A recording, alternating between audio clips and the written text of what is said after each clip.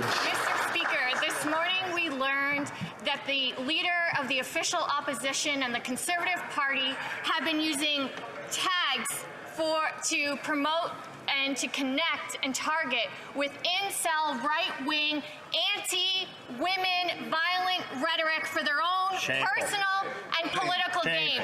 These incels, Mr. Speaker, promote the murder of single women and men who date them. They want to decriminalize marital rape, Mr. Speaker. They have very real-life consequences, including followers like the Toronto van attacker. Mr. Speaker, nobody believes that the leader of the opposition didn't know.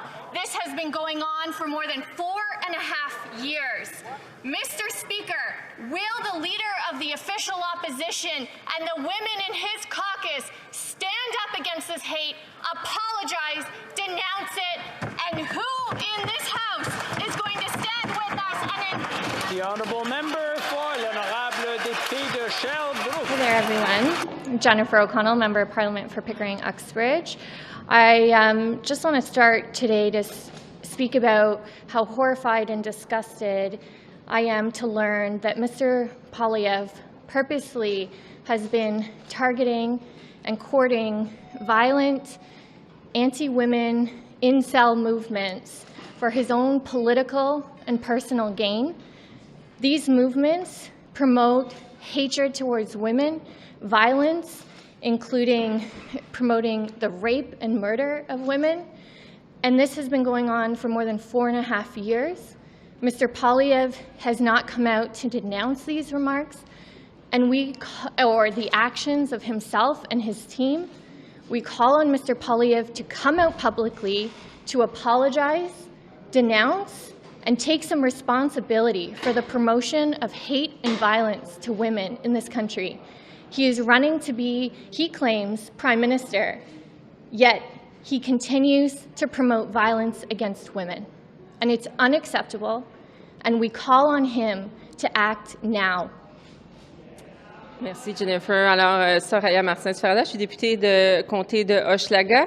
Je suis, comme ma collègue, ce matin, horrifiée et dégoûtée d'apprendre que le chef du Parti conservateur a utilisé des référencements à des cellules des incels qui font la promotion de groupes misogynes qui s'attaquent non seulement aux droits des femmes, mais qui demandent quasiment qu'on les viole, qu'on leur fasse la violence, et de savoir qu'un chef de parti qui veut être premier ministre du Canada accepte que ça soit utilisé depuis plus de 4 ans et ait utilisé délibérément des stratégies vraiment qui ne font pas, en fait, la promotion des femmes, mais bien le contraire, c'est tout à fait dégoûtant et horrifiant. Et non seulement il doit s'excuser, mais il doit s'expliquer pour avoir permis que ça dure aussi longtemps au sein de cette organisation, au sein de ce parti. Et comme ma collègue, je pense que le chef du Parti conservateur, M. Poilievre, a beaucoup d'explications à donner aujourd'hui.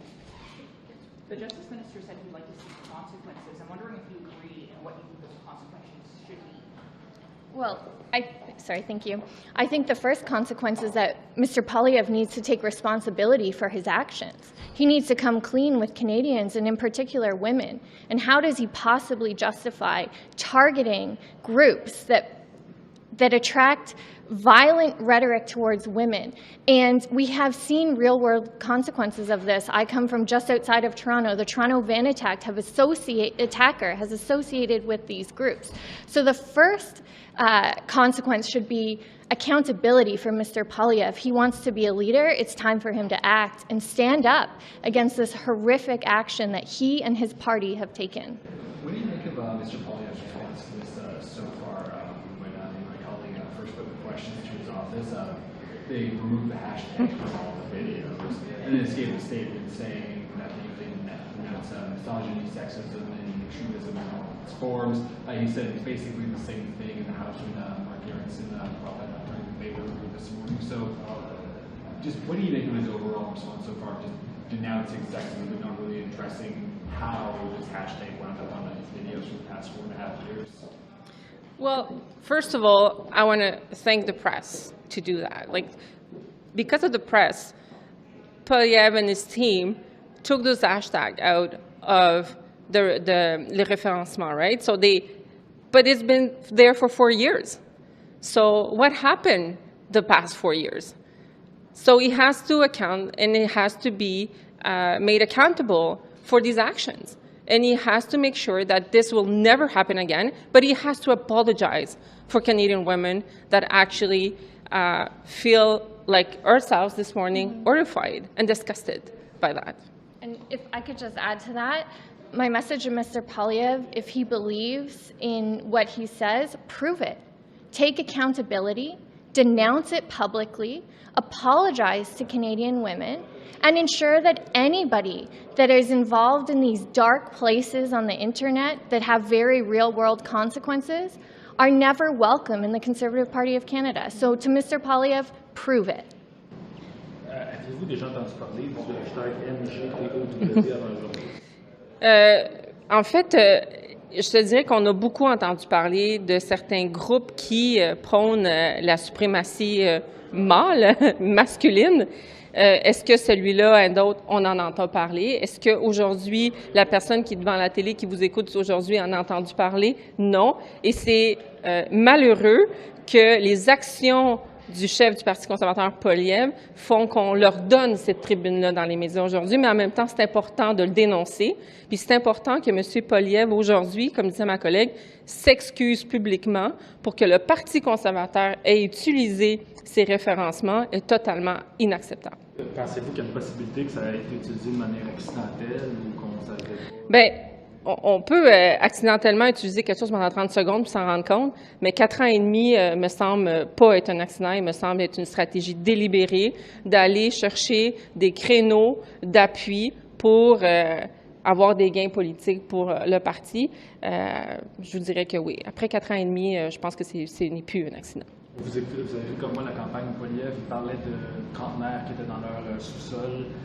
Qu'est-ce que ça nous dit sur le public qui était visé d'avoir utilisé un tel hashtag? Je pense que M. Poilievre a démontré durant cette campagne avoir utilisé toutes les mesures possibles pour augmenter son outreach au niveau des médias sociaux. Et il le fait dans ce cas-ci sur le dos des femmes et sur le droit des femmes et sur le droit de protéger les femmes. Et je pense que c'est pour ça qu'aujourd'hui, il doit s'excuser. What's your message to conservative women? Well, I hope conservative women in the House will stand up and will speak out for their leader that they voted for that did not respect women in this country. I would just add, stand up. Michelle Rumpel-Garner, Rachel Harder, Melissa Landsman have all spoken probably this week about standing up for women's rights. Where are they now? And maybe worry a little less about how woke people might be and stand up for the protection of women and stand up for within their own party about denouncing the promotion of violence, murder, and rape against women that is associated with these hashtags that Mr. Poilievre specifically targeted and courted for his own personal and political gain. Thank you. Thank you. Thank you.